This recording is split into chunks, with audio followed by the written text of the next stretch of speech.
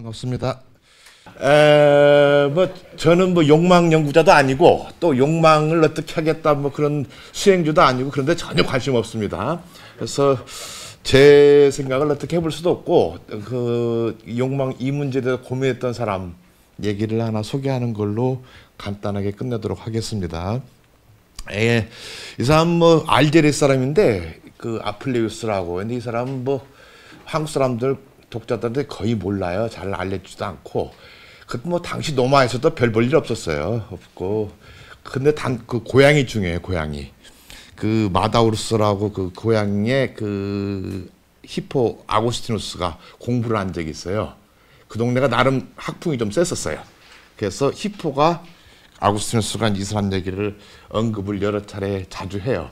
그리고 실은 이 언급하는 이유는 플라톤 철학 비판하려고 언급을 해요. 특히 영혼불멸 비판하려고 이렇게 이제 하는데 그 대목에 이제 이런 대목을 하나 남기는데, 황금당나귀는 제목을 찢어서 마법의 약을 마시고 사람의 영혼을 유지한 채 당나귀가 되어버린 일을 자신이 실제 겪었다고 밝히듯이 혹은 전했다고 하는데, 이것들은 거짓이거나 아주 드물게 일어나는 것이므로 제정신이라면 믿을 수 없는 것이다 해서 이제 욕을 하는 대목에서 이제 시작을 합니다. 그래서 황당무계한 이 얘기는 이제 그 원 제목은 메타모르포시스라고 하는 이제 제목이기도 하고, 근데 내용은 간단합니다. 그러니까 그 루키우스라는 젊은이가 좀 대박 나고 싶어 가지고 마법을 연구하다 약을 잘못 먹는 바람에 당나귀가 되어버렸어요. 그래서 한 1년간 아주 개고생을 하면서 사람이 얼마나 중요한지를 이제 확인하면서 나중에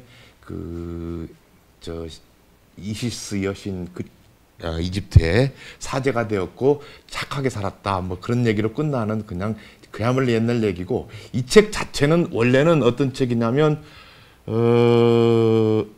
음담패설 모음집이에요. 처음부터까지 음담패설로 가득 차 있어요. 잘 읽으면. 근데 대체로 우리가 이제 영어 번역이나 독일어 번역을 보면 전부 다 그 교장 선생님 버전이에요. 그래서 가끔 농담으로 우리가 이게 조천고등학교 교장 선생님 버전이라고, 그 번역만 갖고는 그 재미를 못 느끼는데 잘 읽으면 거의 다 그냥 섹슈얼한 씬으로 가득 차 있어요. 그래서 저희도 수업을 하는데 쉽지는 않아요. 이게 말을 잘못하면 큰일 나고. 그래서 그 대목이고, 내용인즉슨 얘기는 아주 코믹으로 가요. 그래서 그 인간인 피시케의 영혼을 그 쿠피도라고 하는 여기서 쿠피도는 두 종류인데, 플라톤 철학 심포지움을 받아가지고 에로스 우라니우스를 받아요. 판데모스가 아니라. 그러니까 온갖 잡놈 그 악당 괴물이 아니라 천상의 에로스로 와요. 그래서 이제 며느리로 그 엄마가 못 받아준다고 하니까 가진 고생 다 해서 이제 며느리로 받아준다고 하는 거의 주말 드라마 그 수준이에요. 우리 토요일 일요일 보면 무슨 요즘 하더라 무슨 각자도생 하는 그런 드라마에 나오는 대체로 갈등은 시어머니와 며느리 사이 갈등이에요. 남자는 좀 약간 바보 같거나 용기 좀 내야 되거나 이러지도 못하고 저러지도 못하거나 하면서 이제 가는 그 스토리고, 이 스토리 자체는 나름 불화사의 전통에서 굉장히 유명한 책이에요. 왜냐하면 이게 미녀와 야수, 신데렐라, 콩쥐팥쥐 이런 게 다 얘기 들어 있어요. 그런 요소들을 가지고 있는 얘기들이고, 그래서 이제 이 얘기 자체가, 그런데 어쨌든 그야말로 파불라 밀레시아카라고 하는 이런 그 술자리 그 농담에다가 힘을 불어넣은 거는 이제 플라톤 철학이고, 철학이 이제 문학으로 와서 어떻게 스토리를 고급지게 끌어올리는지, 담론을 끌어올리고 얘기하는지를 보여주는 대표적인 그 텍스트입니다. 이게 이제 일반적인 설명이고, 이제 만남이 중요할 텐데, 이제 아까도 말씀드렸던 이 얘기가 나옵니다. 그러니까 이 플라톤 파이돈에서 에로스는 둘인데, 하나는 범속의 그 에로스, 그러니까 앞으로 엄마가, 그러니까, 그리고 아들도 그 판데모스 에로스가 있고 우라니우스가 있는데, 여기 이 작품에서 끌고 오는 거는 우라니우스 에로스입니다. 그러니까 이 판데모스가 아니고 그냥 그 대목이고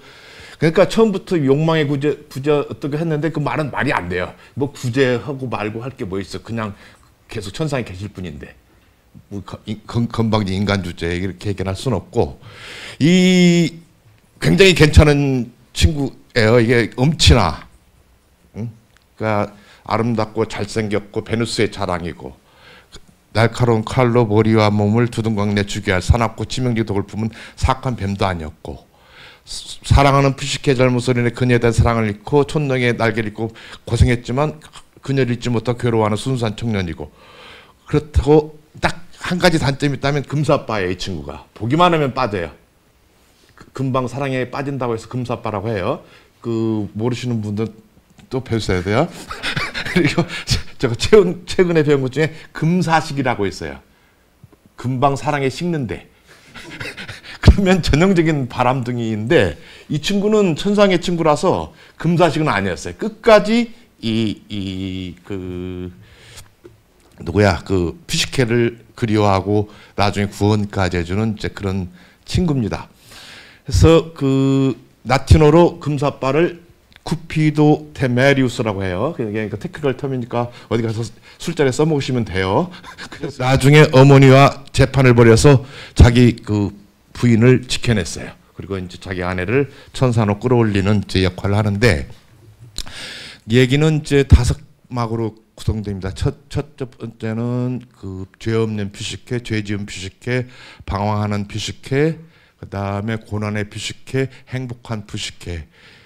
근데 이제 아까 우리 도승현 선생님도 얘기했지만 여기서부터는 전면적으로 처음 등장하는 게 왜 이렇게 푸시케가 고난 받아야 되고 몰락해야 되고 이래야 되느냐. 이 대목에 이 쿠피도가 딱 이걸 조심하라고 해요. 불경스러운 호기심을 조심하라고. 그러니까 이성의 가장 본질적이고 운동성이 가는 부분 중에 큐리오지타스가 제일 큰 거다 하면서 이렇게 얘기를 합니다. 그는 마찬가지로 다시 경고하고 겁을 주었다. 어떤 일이 있어도 언니들의 해로운 조언에 설득되어 남편의 모습을 보지 말라고. 불경스러운 호기심으로 말미암아 행운이 가져다준 그 행운을 저토록 높은 지복에서 자신을 나락으로 추락시키지 말라고 말이다. 행운을 저토록 높은 지복이란 이런 것입니다. 딱 한마디로 없는 곳이 없는 곳입니다. 휘황찬란한 것들 위해 놀라운 일이 있는데 빗장도 없고 경비도 없고 하지만 그 온 세상을 보물이 지켜지고 있다는 것. 이 모든 것을 지고 즐거움으로 바라보고 있는 그녀 몸에는 어떤 목소리가 들려왔는데 주인님 무슨 이유로 이런 재물에 놀라서 입을 다물지 못하나요? 그러니까 이것들 모두가 네 것이다. 당신 것이다 라고 얘기를 합니다. 세상 만보의 주인이 된 퓨시케, 더는 부러울 게 없는 존재였다. 이런 만보를 쥐고 든 그러나 근데 아플레우스는 이런 상태를 행복한 감옥이라고 부릅니다. 베아티 카르케리스라고 부르는데 결국 인간이었고 부족한 것은 아무것도 없었지만 2% 부족한 인간이었기에 특히 사람들과 이야기를 나눌 수 없다는 것, 사랑하는 사람들과 대화를 나눌 수 없다는 조건에 솔로 사는 것이 그 외로움 속에 살아야 된다는 것이 이 결코 작은 문제는 아니었다는 것입니다. 그래서 이제 근데 문제는 이런 그 조건 혼자 살아야 한다, 혼자 지내야 되는 것이 그게 뭐 결정적인 이유는 아니고 핵심적인 이유는 자신이 사랑하는 남편이 누구인지 어떤 모습의 존재인지를 모른다는 것. 즐거움이 끝나고 저녁이 설득하자 퓨시케는 잠자리로 나갔다. 이윽고 밤이 되자 어떤 점잖은 목소리에 그녀의 귓전에 닿았다. 그러자 그토록 홀로 지냈기에 자신의 순결을 걱정하면서 떨면서 두려워했다. 다른 어떤 나쁜 일보다도 자신이 모른다는 사실에 더욱 두려워했다. 누군지 모르는 남편은 곧장 침대에 올랐고 그녀를 자신의 아내로 만들었으며 날이 밝기 전에 서둘러 떠나버렸다. 예전에 유행했던 개그표로 대화가 필요해야 한 집이 딱 이 집이었어요. 그래서 뭔가 기대할 수 있는 장면 같지만 그야말로 허망하게 독자의 기대를 배신한 장면입니다. 남편은 침대에 오르고 아내를 만들었다. 이걸 끝이에요. 뭔가 기대를 할 텐데 아까 음담표설이라고 했는데 이제 이렇게 끝나버리는 대목이 상황을 종료시키는데 어쨌든 성관계만 언급돼요. 어떤 대화도 없고 물론 대화가 없는 것도 아니죠. 근데 늘 하는 말이 호기심에 빠지지 말라는 명령만 반복됩니다. 나를 알려들지도 말고 나의 모습을 볼지도 말라라는 이 경고에 쿠피도는 퓨시케가 궁금한 어떤 것도 알려주지 않습니다. 이 대목에서 여러분이라면 어떻게 할지를 묻고 싶습니다. 그런 남편하고 살고 싶으세요? 그런 아내하고? 아무도 안 계실 거예요. 이건 뭐 당연한 얘기고 누구나 인정하는 선택을 할 것이고 인간이면 본성적으로 그럴 수밖에 없을 것입니다. 우리의 푸시케는 호기심을 따릅니다. 언니들 설득도 거들었지만 한몫했지만 본질적인 건 아니고 무력에 기반 그 호기심 푸시케 언니들의 설득이 푸시케의 호기심보다 더 근본적인 것은 아닙니다. 그러니까 호기심이 저지른 사건 한복판으로 바로 들어가죠. 하지만 불을 밝히자 침대의 비밀이 분명하게 드러난다. 그녀는 모든 짐승들 가운데 가장 부드럽고 가장 달콤한 짐승을 본다. 빼어난 모습으로 잠든 그 쿠피도 자신을, 아름다운 신을. 이 모습에 등잔의 불빛도 또 안 좋아서 활짝 타오르고 불경한 짓을 시도했던 비스도 후회한다. 이 모습의 진실로 퓨시케는 맥이 풀리고 두려움에 떨면서 더 이상은 자신의 마음의 주인 노릇을 못한다. 신적인 얼굴의 아름다움을 보고 또 보는 중에 정신이 되돌아온다. 다시 돌아온다. 이런 대목에서 노모 작가들이 늘 하는 말이 있습니다. 하크테너스 여기까지만. 대체로 이제 드라마를 보고 빠지면 거기까지만 살려주세요. 그 더 이상 막 댓글 쓸 대목입니다. 정신이 되돌아왔을 때 거기서 멈추라고. 근데 푸시케는 침대 발치에서 쿠피도의 활과 화살을 보고 맙니다. 호기심이 자동적으로 그리고 제대로 발동하는 순간입니다. 만족할 줄 모르는 마음으로 퓨시케는 물리도록 호기심에 이끌려 살피고 만져보며 남편의 무게에 감탄합니다. 화살통에서 화살 하나를 뽑아내어 화살 쪽에 엄지를 시험해봅니다. 하지만 너무 큰 일을 감행한 탓에 아직도 떨고 있는 손가락을 깊게 찔러버립니다. 살갗을 통해서 작고 붉은 방울들이 떨어집니다.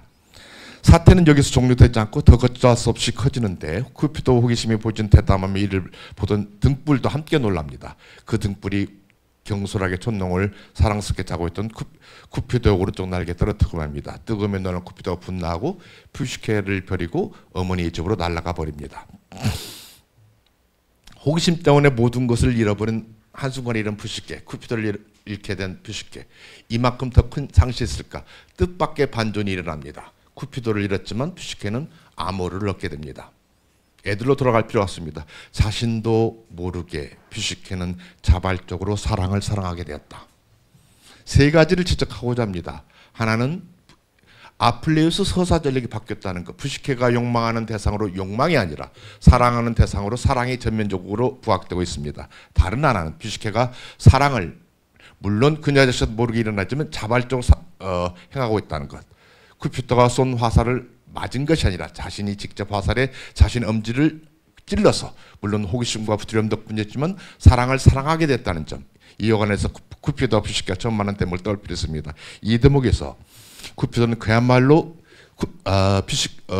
이 푸시케는 그야말로 쿠피도 사랑만 받는 하지만 명령을 따라야 하는 행복한 감옥에서 살아야 하는 영어 존재였습니다. 수동적인 존재였습니다. 집어먹고 부족할 게 없는 그런 생활을 했지만 이런 대목입니다. 그러니까 이 대목이 이제 아주 재밌는 대목인데 겁에 질려 있는 푸시케를 절벽의 정상에 울고 있는 그녀를 부드럽게 호하는 제피루스 온화한 숨결로 외투가 부풀어 가슴을 가득 채우고 그녀 자신도 모르게 들어올려서 그 자신의 고요한 숨길로 평안하게 실어날라 양쪽으로 우뚝 솟은 절벽 아래 꽃이 피어있는 재단의 품에 미끄러지 내려놓았다. 제가 이런 대목은 참 아름다운 목소리 해야 되는데 아직도 담배를 끊지 못하는 목소리로 이게 가장 그 핵심적인 이 클라이막스라는 대목이에요. 이런 표현을 이렇게 썼다고 해요. 사랑을 능동적으로 하는 게 아니라 사랑을 수동적으로 바뀌면 다시 말해 자신이 바라는 것이 자신의 욕망이라는 점을 몰랐던 시기의 쾌락과 만족의 절정을 보여주는 장면입니다. 술자리 잡담에서는 기대할 수 없는 음담의 최고치를 보여주는 광경이기도 합니다. 유격의 최락에 있을 때 푸시케는 자신이 사랑하는 것이 안 올라가지? 자신의 욕망 그 자체성을 몰랐습니다. 하지만 호기심 덕분에 그녀는 욕망 밖에 있는 쿠피도, 즉 사랑을 사랑할 수 있게 됩니다. 이 장면 이후로 쿠피도 대신에 아모르라는 이름이 자주 사용됩니다. 마지막으로 자발적으로 자신이 쏜 화살에 자신이 희생자가 됨으로써 말미암아 푸시케가 큐피드를 잃게 되자 자신이 잃어버린 사랑을 찾아 방황과 고행의 여행을 떠나게 되고 이 여행 말미에 우리 도 선생님도 얘기하셨던 자기인식, 셀프 날리지에 이제로 나간다는 것. 그런데 죽음을 불사해야 됩니다. 그러는 동안에 예, 알고 있습니다. 제가 오늘 하루 종일 그것만 봤어요. 그래서 밤낮으로 남편의 발자취를 쫓아다녔습니다.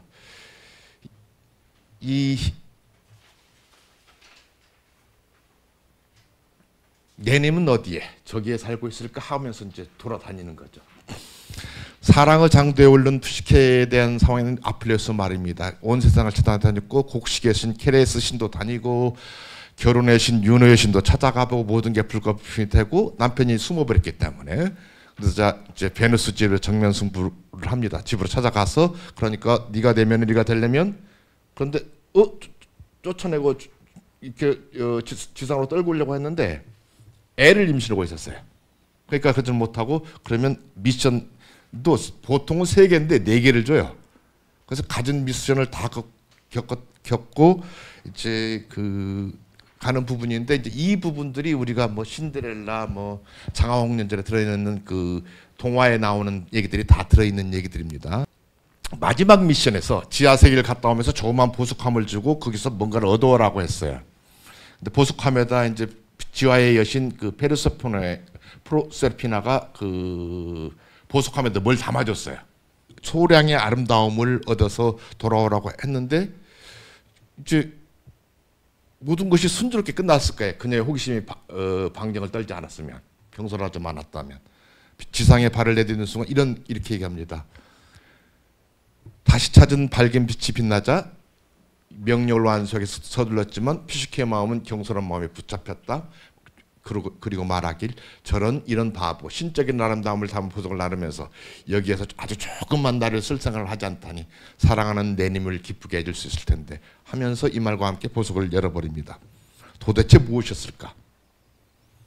신적인 아름다움은 도대체 무엇이었을까? 아플레우스 말입니다. 거기엔 아무것도 없었습니다.